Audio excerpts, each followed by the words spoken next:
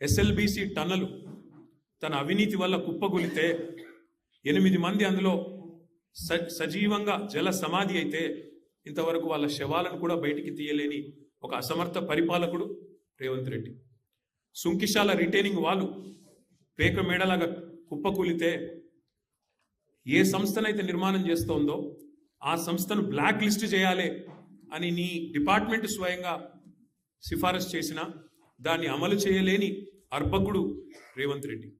అట్లాగే ఆయన పరిపాలన గురించి ఒక మాటలో కట్టే కొట్టే తెచ్చే అన్నట్టు చెప్పాలి అంటే ఏమున్నది పరిపాలన గొప్పతనం ఈ 2 ఏళ్లలో? పేల్చివేతలు, కూల్చివేతలు, ఎగవేతలు. మనం ఎన్నో చూసాము చరిత్రలో.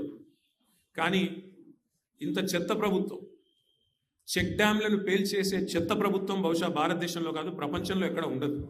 ఎవరైనా నిర్మాణాలు చేస్తారు, మీరు విధ్వంసం తప్ప మీకేమి తెలియదు. పేల్చివేతలు ఎట్లా అయితే మేడిగడ్డను బాంబులతో పేల్చారో అట్లాగే ఇవాళ చెక్ డ్యాములు పటాకాలు పేల్చినట్టు పేలుస్తూ ఉన్నది కాంగ్రెస్ నాయకత్వం.